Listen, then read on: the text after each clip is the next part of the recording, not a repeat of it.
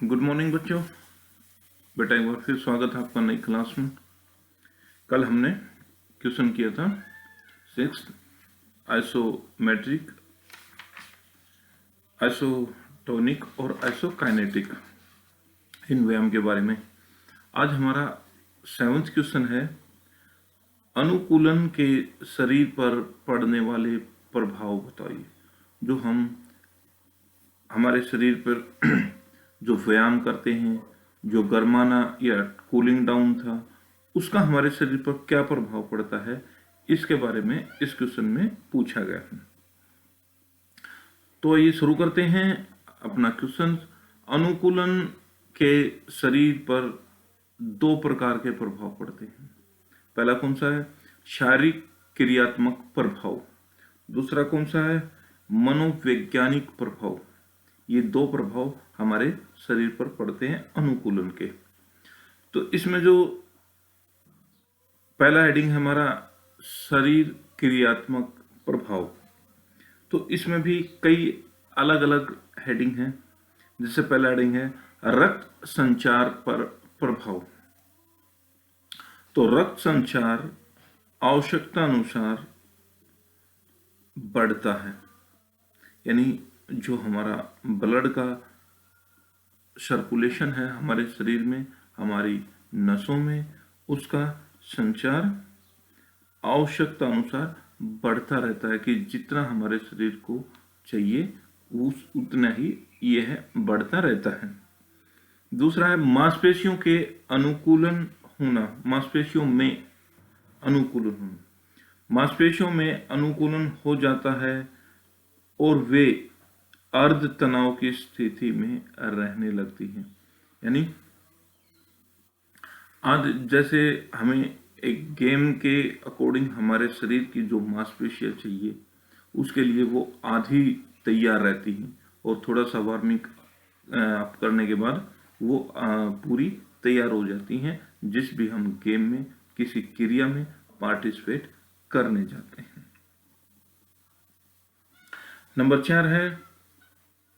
Number 3 शरीर के अंगों में आपसी तालमेल। अनुकूलन द्वारा शरीर के विभिन्न अंगों और इंद्रियों में आपसी तालमेल बढ़ता है। यानी जो हमारे शरीर के अंग हैं, इंद्रियां हैं, वो उनका आपस में तालमेल होगा। दिमाग, हाथ पैर, शरीर जो भी है वो हमारे सही ढंग से कार्य करेंगे, तो हम जो भी क्रिया कर रहे हैं, जो भी गेम खेल रहे हैं, उसमें क्या करेंगे, पूरी परफॉर्मेंस देंगे। तो हमारे शरीर के तालमेल बनता है अनुकूलन से। फिर श्वास प्रक्रिया का नियमित होना, यानी हमारे श्वास प्रक्रिया में सुधार होता है। इससे जो हमारी सांस लेने की प्रक्रिया है, आपने देखा होगा किसी को तेज तेज सांस आते हैं, किसी को धीमे धीमे आते हैं, किसी को सांस लेने में कठिनाई होती है। तो वो जो सांस लेने में जो नियमितता होनी चाहिए, एक श्वास की आया जाई, उसमें उस प्रक्रिया को ठीक रखता है। हृदय के कार्य क्षमता में बढ़ोतरी। अनुकूलन होने के फलस्वरूप हृदय की कार्य क्षमता बढ़ जाती है।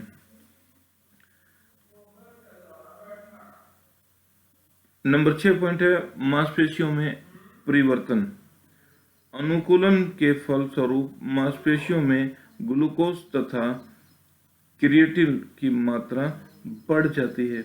यानी हमें मांसपेशियों में किस चीज की,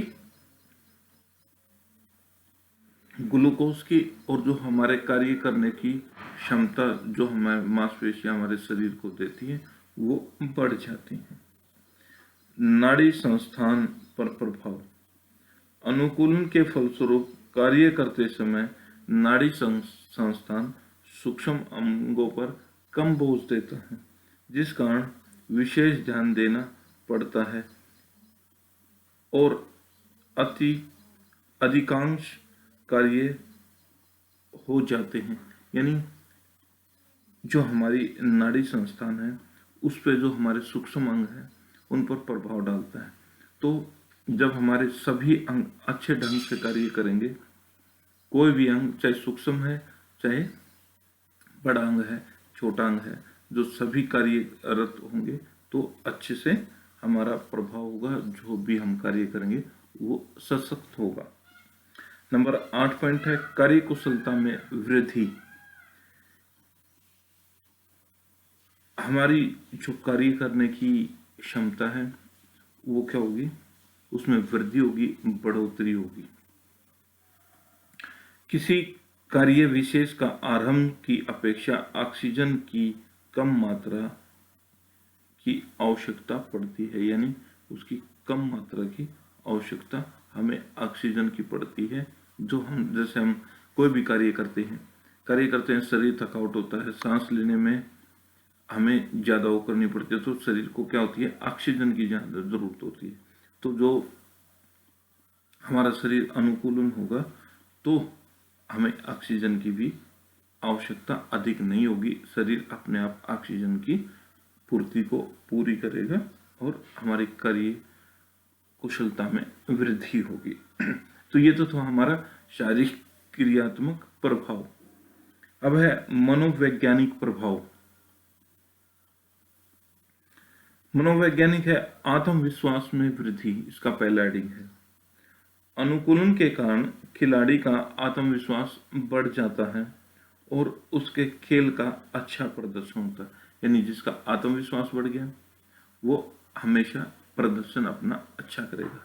जिसका आत्मविश्वास नहीं है, कमजोर है, तो वो किस तरह से अपने खेल के प्रदर्शन को अच्छा नहीं कर सकता है। तो इसमें आत्मविश्वास की वृद्धि होती है जो मनोवैज्ञानिक प्रभाव से।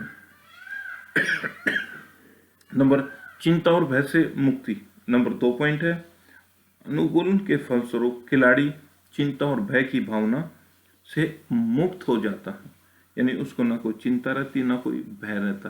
भय का मतलब मान लो क्रिकेट ही खेल रहे हैं तो किसी बॉलर के द्वारा उसका भय होना, बॉल लगने का शरीर पर भय होना, चिंता करना कि अब कैसे होगा, अब तो हम हार जाएंगे, ये करेंगे, इस तरह की चिंता और भय से आदमी मुक्त हो जाता है। नंबर 3 है मानसिक क्षमता में बढ़ोतरी। हमें खिलाड़ियों की मानसिक क्षमता में बढ़ोतरी हो जाती है और वह बिना किसी भय और हार जीत के भावना से खुलकर अपनी कला का प्रदर्शन करता है। यानी वो किसी भी तरह का उसके अंदर भय नहीं होता, हार जीत का नहीं होता, तो वो अपनी मस्तिष्क से मैच्योर हो जाता है और खुलकर अपनी कला का प्रदर्शन करता है। तो ये थे अनुकूलन के हमारे शरीर पर प्रभाव, यानी किस तरह से जो भी हम गेम करते हैं उसके अनुसार उसके अनुकूल हम ढल जाते हैं, तो हमारे शरीर पर इसके क्या क्या बेनिफिट्स होते हैं। ये तो था बेटा हमारा 7 क्वेश्चन। कल हम फास्ट लेग प्रशिक्षण विधि का वर्णन कीजिए, ये भी इम्पोर्टेंट है, तो इसको हम कल डिस्कस करेंगे। तब तक इसको अपने घर पर देखिए, समझिए, प्रॉब्लम है तो मेरे से फ़ोन पर डिस्कस कीजिए। तो मिलते हैं अगली क्लास में।